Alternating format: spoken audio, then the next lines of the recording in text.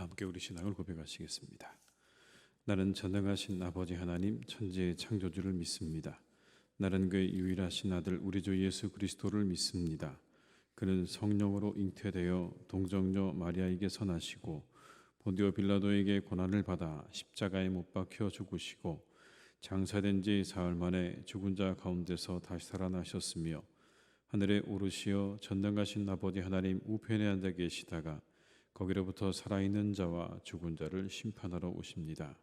나는 성령을 믿으며 거룩한 공교회와 성도의 교제와 죄를 용서받는 것과 몸의 부활과 영생을 믿습니다. 아멘. 찬송가 390장을 찬양하시겠습니다. 390장입니다.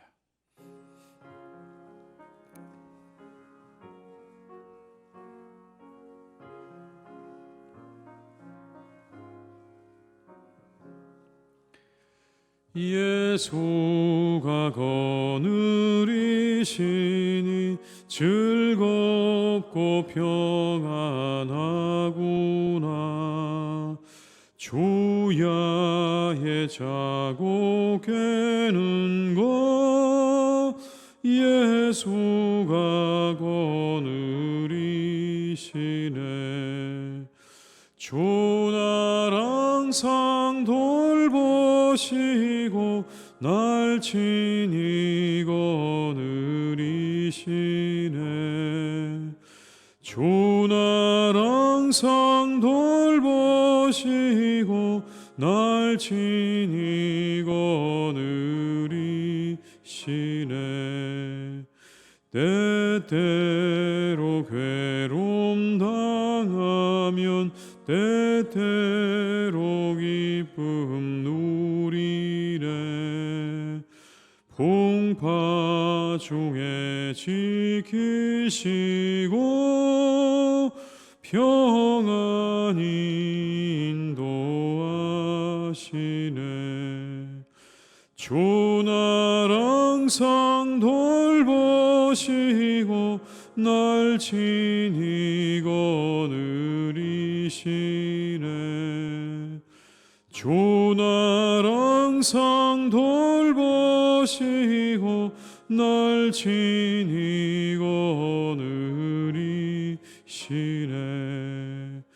내 주의 손을 붙잡고 전국에 올라가겠네. 괴로우나 즐거우나 예수가 거느리시네. 주 날 항상 돌보시고 날 친히 거느리시네. 주 날 항상 돌보시고 날 친히 거느리시네.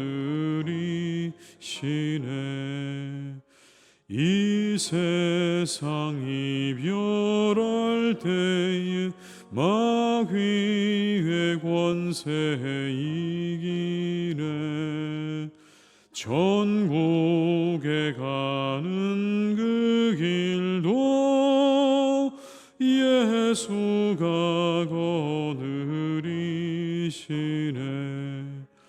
주 날 항상 돌보시고 날 친히 거느리시네. 주 날 항상 돌보시고 날 친히 거느리. 4절입니다. 이 세상 이별할 때에 마귀의 권세 이기네. 전국에 가는 그 길도 예수가 거느리시네. 주 날 항상 돌보시고 날 친히 거느리시네. 이시네.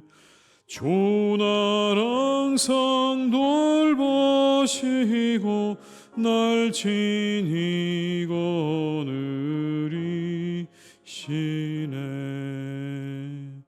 아멘.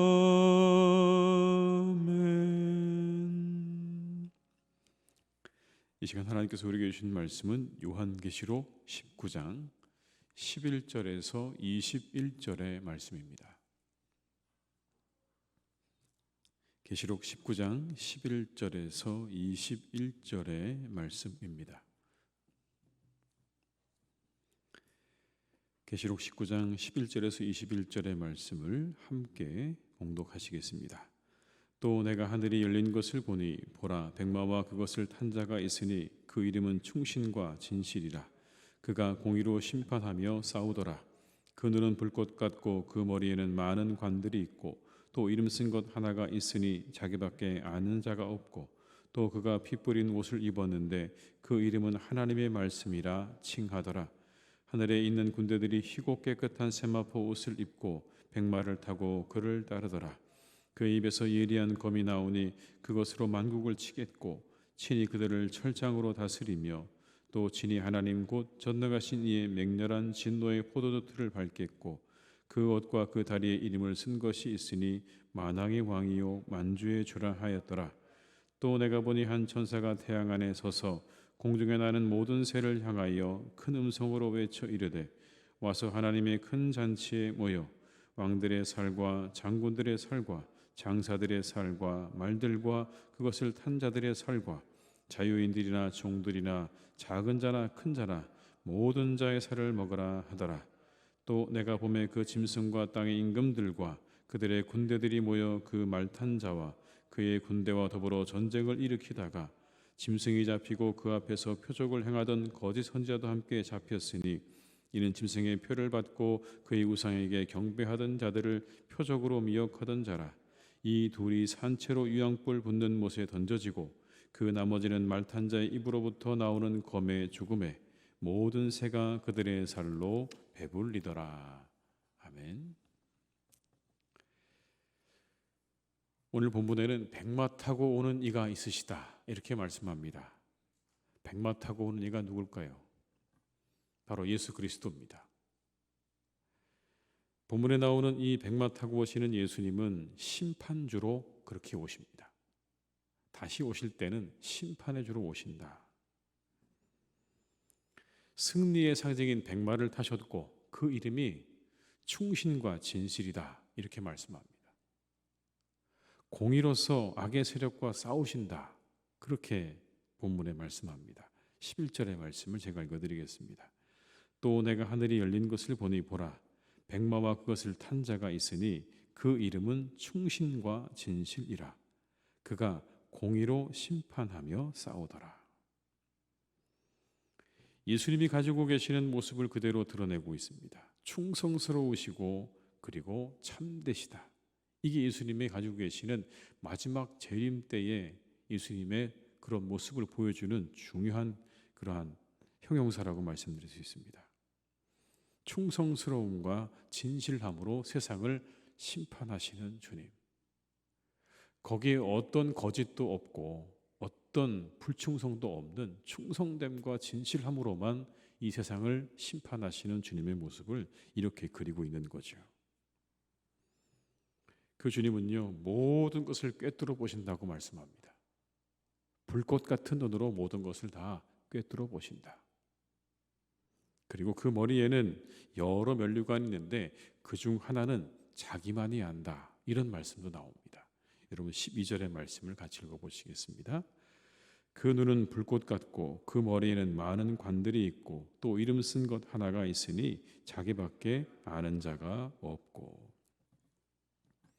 불꽃 같은 눈으로 모든 것들을 다 꿰뚫어 보시는 겁니다. 그 어떤 것도 예수님의 그 눈을 피할 수가 없는 거죠. 다 드러나게 되어 있는 겁니다.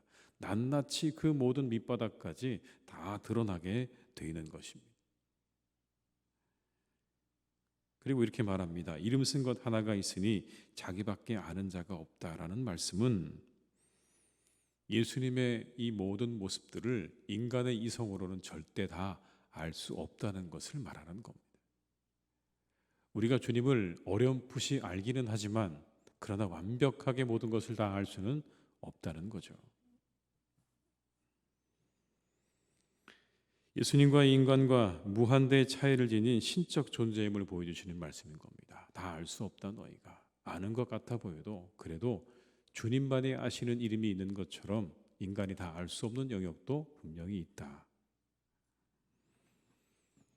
그리고 13절에 이렇게 우리에게 말씀합니다.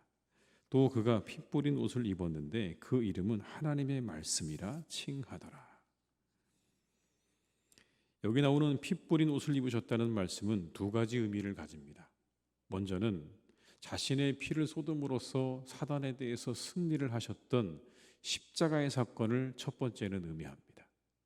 그 십자가에서 자신의 모든 피를 쏟으셔서 인간에게 구원을 주셨던 그 주님의 십자가의 사건을 의미하는 것이고, 두 번째는 결국 이 종말의 마지막 시대에 예수님께서 적그리스도와의 그 전투를 통해서 그 적그리스도의 세력들이 흘리는 피가 예수님에게 묻게 되어지는 이 두 가지를 의미하는 겁니다. 십자가에서 흘린 피, 그리고 마지막 이 전쟁과 전투 가운데서 흘려지게 되는 그런 적들의 그 피로 인해서 예수님께 피가 묻었다라는 그런 의미가 되는 것이죠. 결국 피는 승리를 상징하는 표시입니다. 승리하셨다라는 거죠. 사단으로부터 그리고 적그리스도로부터 예수님께서 완전히 승리하셨다는 걸 이렇게 말씀하고 있는 겁니다. 그런데 이렇게 말씀하죠. 진리의 말씀으로 악인을 심판하신다. 여러분, 진리의 말씀으로 악인을 심판하시는 겁니다. 말씀으로 세상을 창조하셨고 다스리시고 그리고 마침내 끝에 말씀으로 세상을 심판하십니다. 15절의 말씀을 함께 읽겠습니다. 그의 입에서 예리한 검이 나오니 그것으로 만국을 치겠고 친히 그들을 철장으로 다스리며 또 친히 하나님 곧 전능하신 이의 맹렬한 진노의 포도주 틀을 밟겠고. 그의 입에서 예리한 검이 나온다. 이 예리한 검이 뭘까요? 말씀인 거죠. 말씀으로 마지막 사람들을 심판하실 것이다. 이 주님을 가리켜서 그 옷과 그 다리에 이름이 새겨져 있는데 이렇게 새겨져 있습니다. 만왕의 왕이시고 만주의 주시다. 16절에 이렇게 기록되어 있습니다. 그 옷과 그 다리에 이름을 쓴 것이 있으니 만왕의 왕이요 만주의 주라 하였더라. 이런 모습으로 이제 오시는 겁니다. 우리 주님께서 재림하실 때 이렇게 오시는 거예요. 충성스러움과 진실함으로, 그 입에는 말씀으로, 그리고 그 머리에는 면류관으로, 그 옷과 그 다리에는 만왕의 왕이요 만주의 주라고 하는 새겨져 있는 그 옷을 입으시고 오셔서 마지막 적그리스도와의 전투를 벌이시는 장면이 오늘의 본문의 장면입니다. 여러분, 어떻게 되었을까요? 그건 보나마나죠. 적그리스도의 세력이 완전히 패배한 장면이 이어져서 나옵니다. 우린 이미 16장에서 적그리스도와 거짓 선지자들이 어린 양과의 최후의 결전을 벌이기 위해서 세상의 모든 왕들을 모으는 장면을 보았습니다. 적그리스도와 거짓 선지자들이 세상의 모든 왕들을 다 모아서 예수님과의 결전을 벌이기 위해서 어디로 모았다고 말씀드렸죠? 아마겟돈으로 불러 모았는데 그 중간에 과정도 없고 결말도 없습니다. 그런데 오늘 이 장면에 결말이 나옵니다. 그 전투에서 누가 승리했는지, 어떻게 그 결말이 났는지를 이렇게 성경이 말씀하고 있는 겁니다. 17절과 18절의 말씀을 함께 읽어보겠습니다. 또 내가 보니 한 천사가 태양 안에 서서 공중에 나는 모든 새를 향하여 큰 음성으로 외쳐 이르되 와서 하나님의 큰 잔치에 모여 왕들의 살과 장군들의 살과 장사들의 살과 말들과 그것을 탄 자들의 살, 자유인들이나 종들이나 작은 자나 큰 자나 모든 자의 살을 먹으라 하더라. 공중에 나는 새들에게 소리가 들려집니다. 패한 자들의 살을 먹으라. 완벽한 패배인 겁니다. 모두가 다 그 앞에서 패배했습니다. 그리고 그들은 그리스도께 패해서 다시는 일어나지 못할 영원한 형벌을 받게 되었다. 이렇게 말씀하죠. 산채로 유황불 붙는 못에 던져졌다. 산채로 유황불 붙는 못에 던져졌다. 누가요? 짐승과 그 짐승을 따라서 사람들을 미혹하던 선지자들이 그렇게 유황불 붙는 못에 던져졌다. 그렇게 말씀합니다. 19절과 20절의 말씀을 함께 읽습니다. 또 내가 보매 그 짐승과 땅의 임금들과 그들의 군대들이 모여 그 말탄 자와 그의 군대와 더불어 전쟁을 일으키다가 짐승이 잡히고 그 앞에서 표적을 행하던 거짓 선지자도 함께 잡혔으니 이는 짐승의 표를 받고 그의 우상에게 경배하던 자들을 표적으로 미혹하던 자라. 이 돌이 산채로 유황불 붙는 못에 던져지고. 유황불 붙는 못은 어디입니까? 지옥을 의미하는 겁니다. 성경에서는 지옥을 이렇게 표현합니다.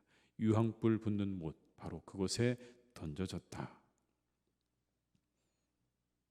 그리고 나머지 추종 세력은 다 주님의 말씀의 심판 앞에 죽음을 맞이하게 되었다.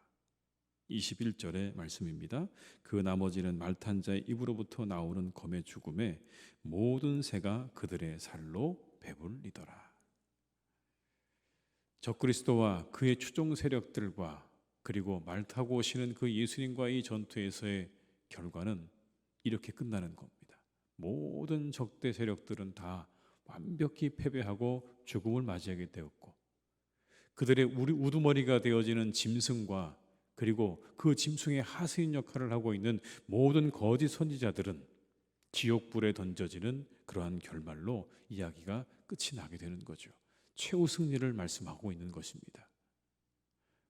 인류의 마지막에 있게 될 그 아마겟돈의 대전쟁 가운데 승리는 결국 말을 타고 오시는 어린 양 예수 그리스도에게 있다는 것을 오늘 본문은 우리에게 말씀하고 있습니다. 믿는 이들에게는 승리의 때입니다. 그러나 적대 세력에게는 심판의 때인 것이죠. 그때까지 인내하고 믿음을 지키라 말씀하는 겁니다. 백마를 탄 신랑 예수께서 다시 오실 때까지 정결한 신부로 살아가라 말씀하시는 겁니다.